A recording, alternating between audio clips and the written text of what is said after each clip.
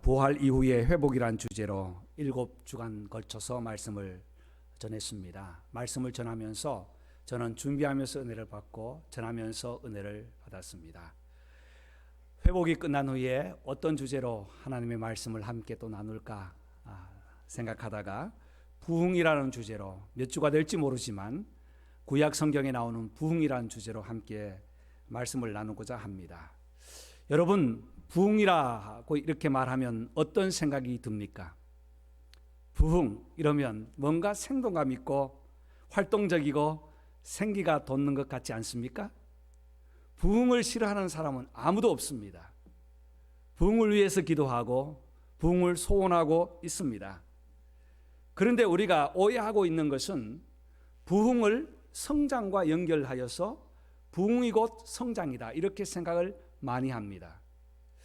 부흥과 성장은 같은 통로에 있지만 또한 다른 관점을 가지고 있죠. 부흥은 내적인 우리의 내면을 다스리고 내면을 변화시키고 내면을 다시 한번 정결케 하고 거룩하게 하여서 하나님과 가까이 나간다면 성장은 외적으로 나타나는 모습이라고 볼 수가 있겠죠. 부흥이 없는 성장은 사람이 모일 뿐입니다. 그러나 부흥이 먼저 선도되었을 때에 우리의 내적으로 우리의 영혼이 다시 갈아엎어지고 우리의 영혼은 부요해지고 또한 우리의 마음은 주님과 더 깊은 교제를 할 수 있게 됩니다. 여러분의 마음에 예수 그리스도로 회복을 얻었다면 이제는 성령으로 하여금 우리의 마음이 다시 부흥케 되는 역사가 있기를 소원합니다. 성경에는 많은 부흥의 내용들이 나옵니다. 아브라함의 부흥도 있고요. 이삭이 그랄에서 농사를 지어서 100배나 얻었더라. 그는 농사꾼이 아닌데 농사를 지어서 100배를 얻었다는 것은 당시의 문화로는 24배 이상은 생각을 못했습니다. 벼 하나를 심어서 그 한 날에서 나오는 것이 최대 24알이라고 생각했답니다. 그런데 100배를 얻었다는 것은 인간으로서 할 수 없었다는 거예요. 하나님이 역사하시고 도와주셔서 구랄에서 100배를 얻었더라. 이것이 바로 이삭의 부흥이었습니다. 야곱은 어떠했습니까? 형을 피해서 도망을 갔습니다. 20년 동안 외삼촌 집에서 살다가 돌아옵니다. 돌아오는 길에 창세기 28장에 베델이라는 곳에서 하나님을 만나서 씨름을 하게 되죠. 하나님과의 씨름하는 그 순간이 부흥이었고 부흥의 역사가 일어난 이후에 창세기 33장에서 형님을 만날 때에 화해가 되는, 용서가 되는 놀라운 일들이 일어났습니다. 400명의 군사를 거느리고 와서 동생을 처음에는 맞이하는 것보다는 어떤 대립의 관계였지만 만나는 그 순간 서로가 서로를 끌어안고 목을 어금맡기면서 내가 형님의 얼굴을 배운 즉 하나님의 얼굴을 배움과 같사오며 라고 고백을 합니다. 놀라운 부흥이 마음에서부터 일어나서 외적으로 아름답게 화해가 되었습니다. 출애굽기 32장에 보면 모세가 시내산에서 하나님과 교제하며 십계명을 받는 그 시간에 산 아래에서는 아론 중심하여 금송아지를 만들고 우상을 숭배합니다. 성령님께서 급하게 내려가라고 말씀하셔서 내려가 보니까 그런 일들이 벌어지고 있는 거예요. 모세가 생명을 걸고 기도합니다. 하나님이여 저들을 용서해 주시든지 나를 생명책에서 지우시든지 생명을 걸고 기도합니다. 그때 하나님께서는 용서하시고 다시 부흥의 역사를 허락해 주셨습니다. 성경 전체를 보면 하나님과의 만나는 그 순간, 하나님의 은혜를 구하는 그 순간, 하나님의 임재하심과 성령님의 교통하심이 있는 그 순간이 바로 부흥의 순간이었습니다. 저와 여러분에게도 예수 그리스도로 말미암아 우리가 죄에서 구원받았다면 성령으로 하여금 날마다 하나님과 깊은 교제로 부흥의 역사가 다시 일어나기를 간절히 소원합니다. 성경 읽기에 보면, 성경을 읽어가다 보면 우리가 3번 좌절할 때가 있습니다. 레위기에서 제사법에 의해서 좌절되는 것보다는 사람의 족보 이야기가 쭉 나올 때에 이것을 어떻게 읽어야 하는가라고 생각할 때가 많아요.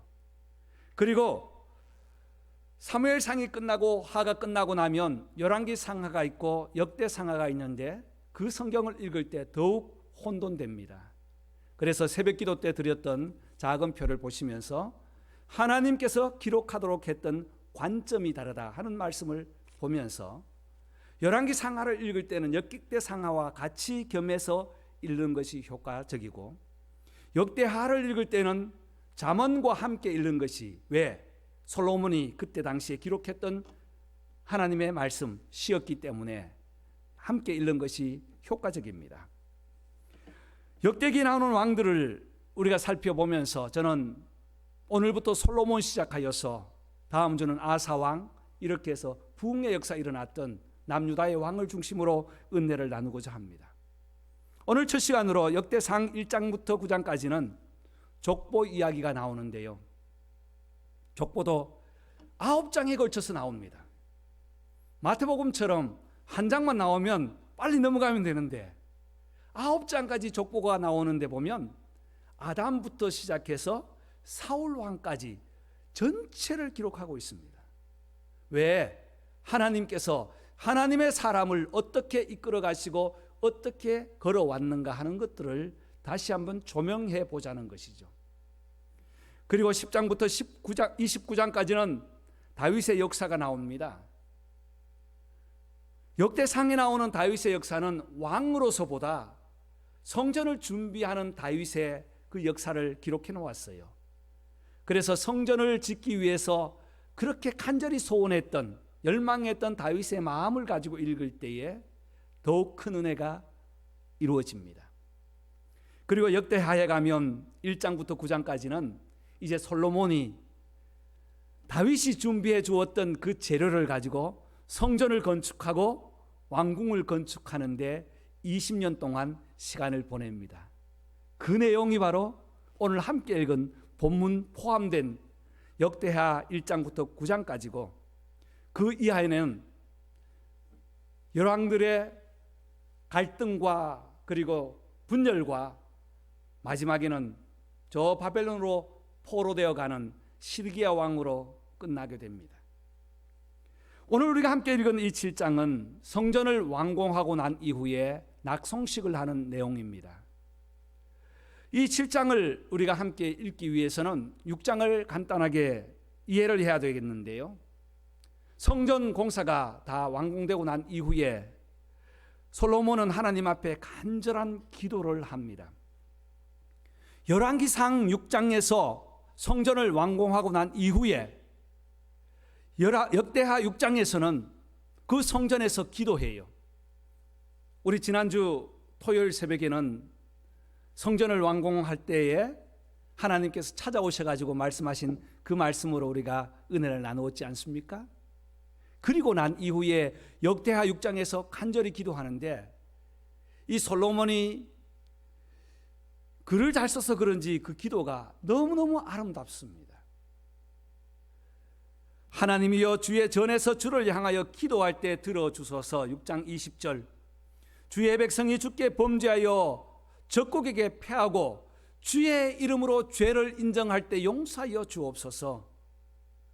돌아와서 이 성전에서 주께 빌며 간구할 때 주께서 들어주옵소서.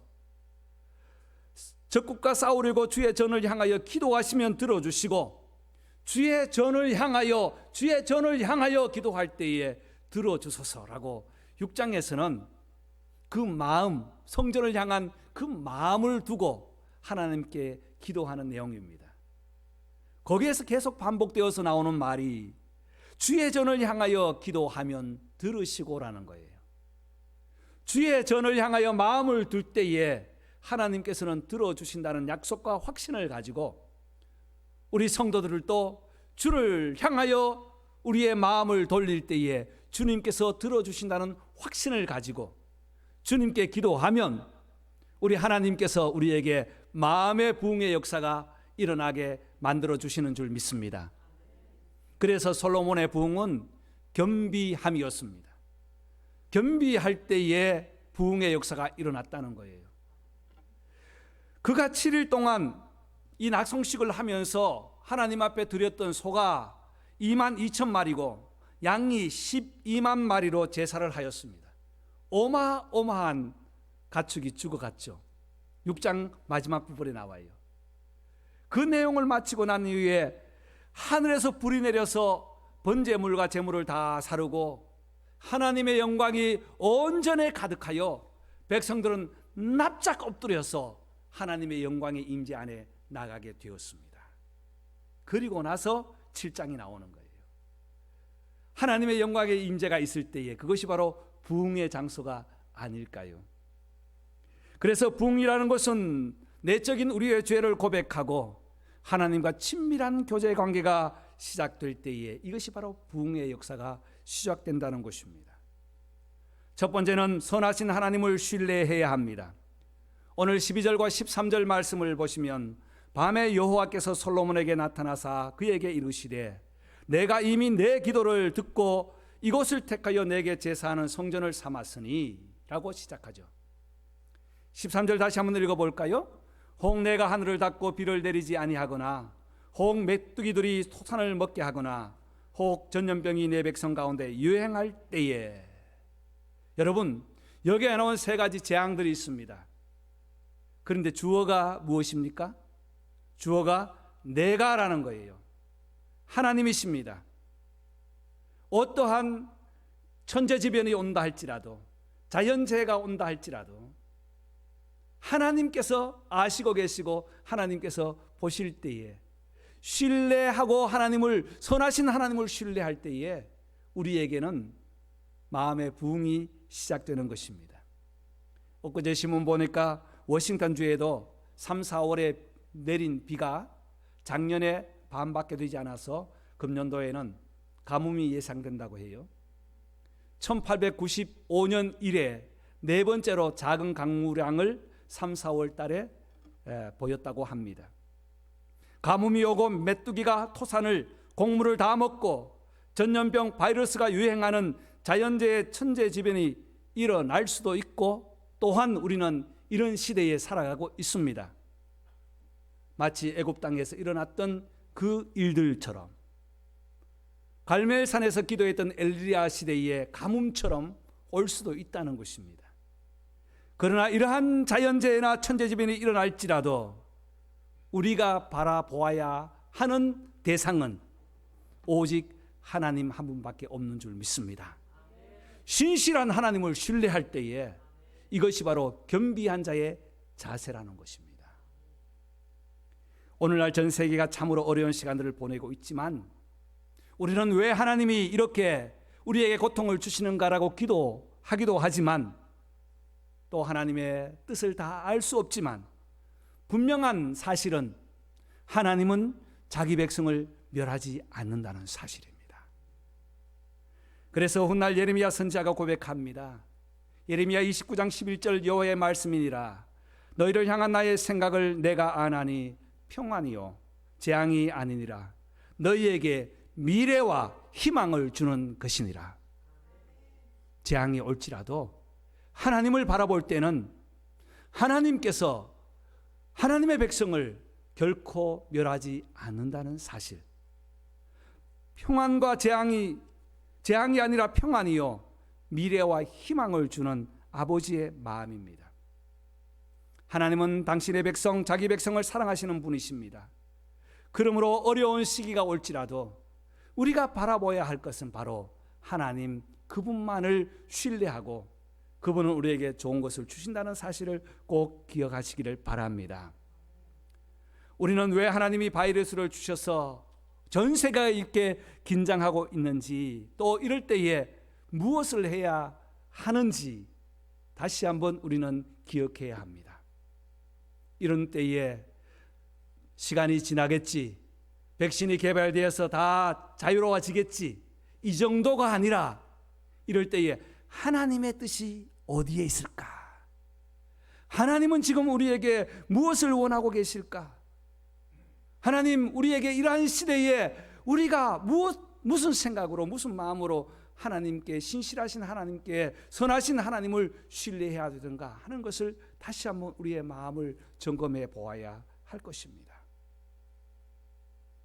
그냥 지나버린다면 우리의 신앙은 아무 유익이 없고 부흥이 일어나지 않습니다. 그러나 선하신 하나님은 분명히 이런 기회를 통해서 우리에게 좋은 것을 주신다는 확신을 가질 때에 우리에게는 신앙의 부흥의 출발이 되는 줄 믿습니다. 하나님을 신뢰하는 성도들 다 되시기를 주의 이름으로 축원합니다. 두 번째 14절 말씀 보면 악한 길에서 떠나는 것이 부흥입니다. 14절 말씀, 내 이름으로 일컫는 내 백성이 그들의 악한 길에서 떠나 스스로 낮추고, 이전 성경에는 겸비하여라고 되어 있어요. 그래서 오늘 설교 제목을 겸비함이라고 잡았습니다.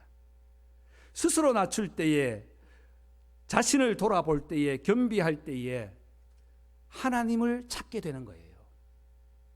하나님께 기도하게 되고 우리의 죄를 고하게 되고 용서를 구하게 된다는 거예요. 그때에 내가 하늘에서 듣고, 누가? 하나님이, 여호와 하나님이 하늘에서 듣고 그들의 죄를 사하고 그들의 땅을 고칠지라. 바로 악한 길에서 떠나는 것이 부흥 아니겠습니까? 요즘처럼 손 많이 씻어본 적 없습니다. 엄청 이제는 습관되어서 그냥 손 씻지 않습니까?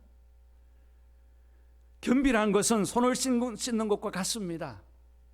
우리에게 초한 것 묻지 않도록 더러운 바이러스를 씻어버리도록 비누를 가지고 항상 손을 씻는 것처럼 우리의 마음을 다시 낮추고 자신을 돌아보아 악한 길에 서지 않도록, 악한 데서 돌이켜 오도록, 악한 길에서 떠나도록 겸비하는 것이 바로 부흥이라는 사실이에요. 그런데 사람들은 참으로 교만합니다.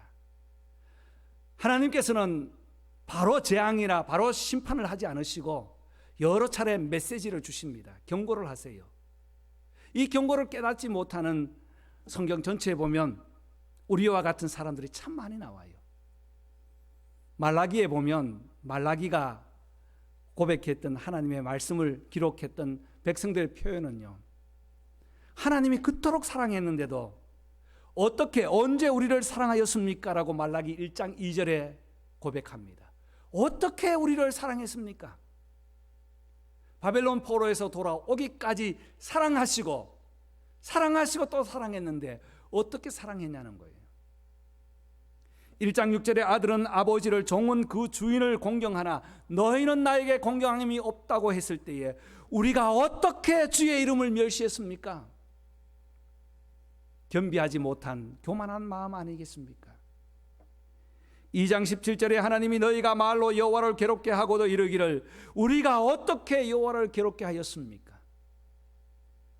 3장 13절 완악한 말로 나를 대적하고도 이르기를 우리가 무슨 말로 주를 대적하였습니까? 4장 6절에 아비가 자식을 위하여 해초리를 드는 것처럼 내가 돌이키지 아니하면 그 땅을 칠까 하노라 라고 말라기를 닫습니다. 얼마나 경고의 메시지입니까?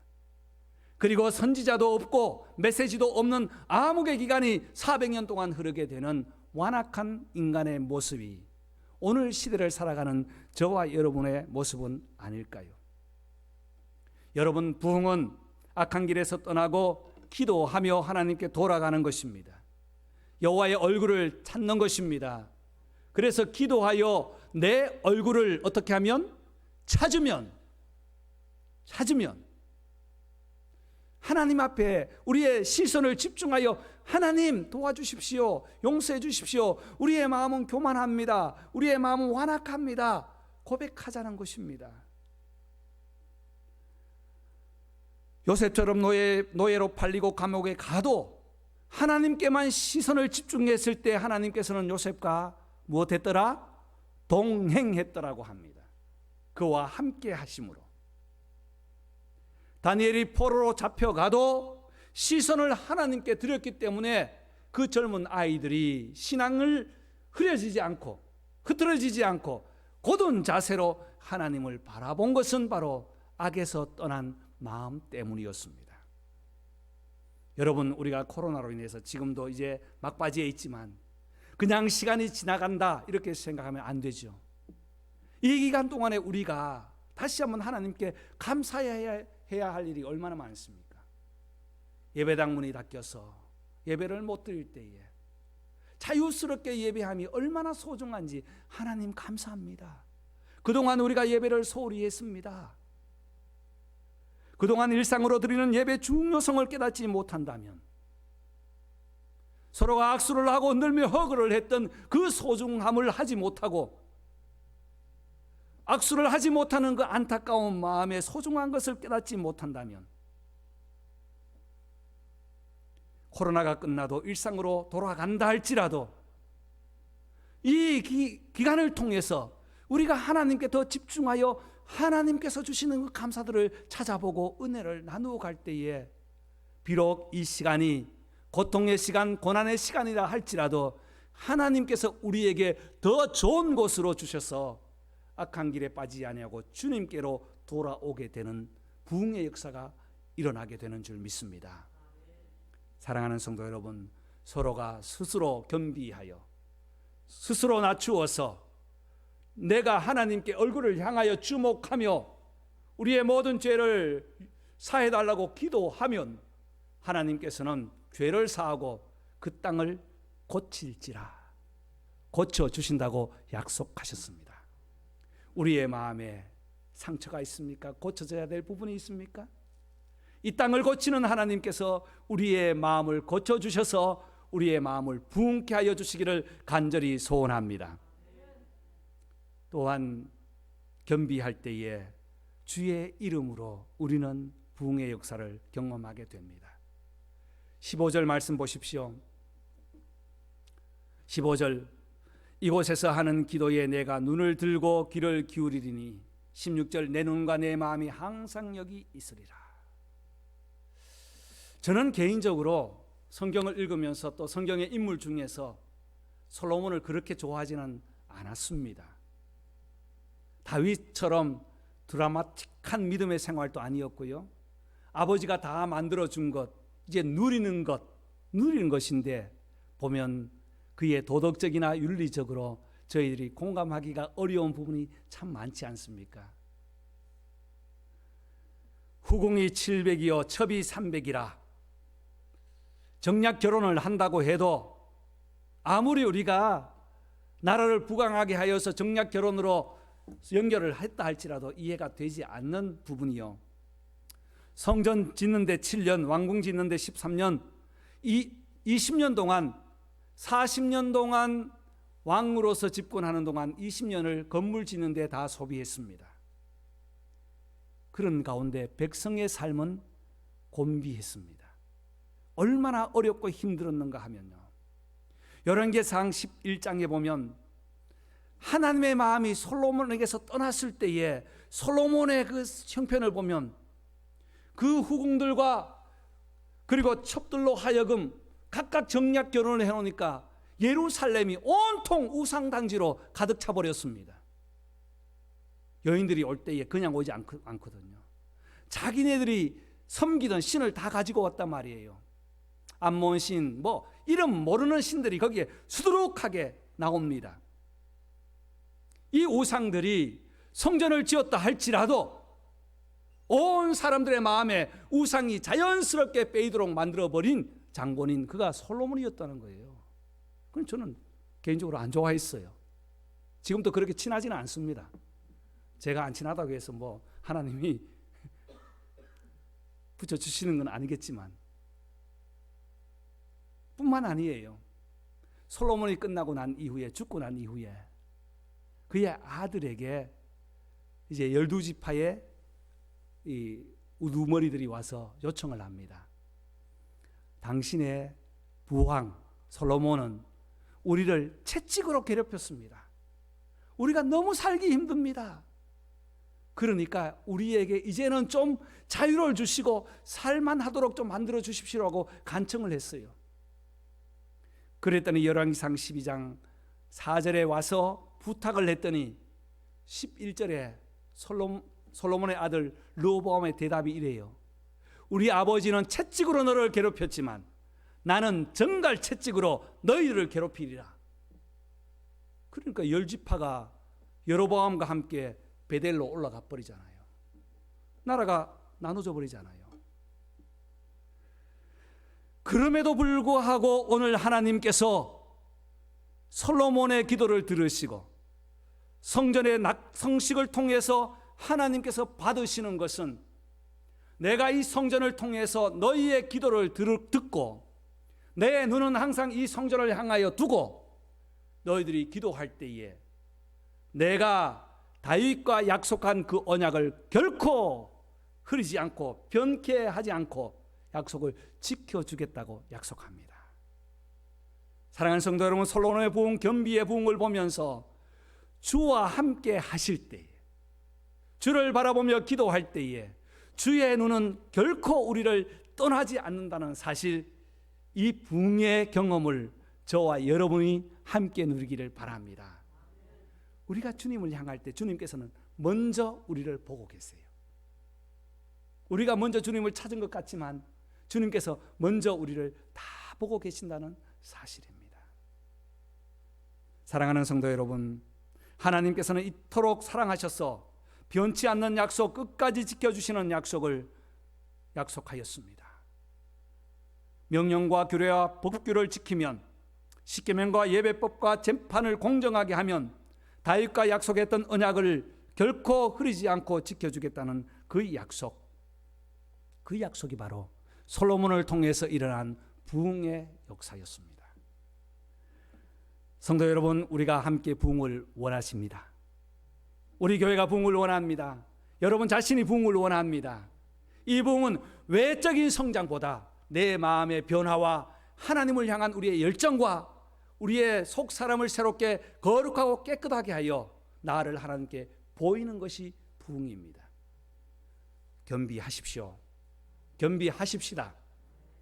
그래서 첫 번째는 신실하신 하나님을 신뢰하시고 겸비하여 악한 길에서 떠나며 주의 이름으로 우리가 주를 구할 때에 주님께서는 우리에게 변치 않는 약속으로 약속하시고 축복해 주실 것입니다. 이 부흥의 역사가 여러분의 개인적인 삶과 가정과 교회에 충만하기를 주의 이름으로 축원합니다. 기도하겠습니다.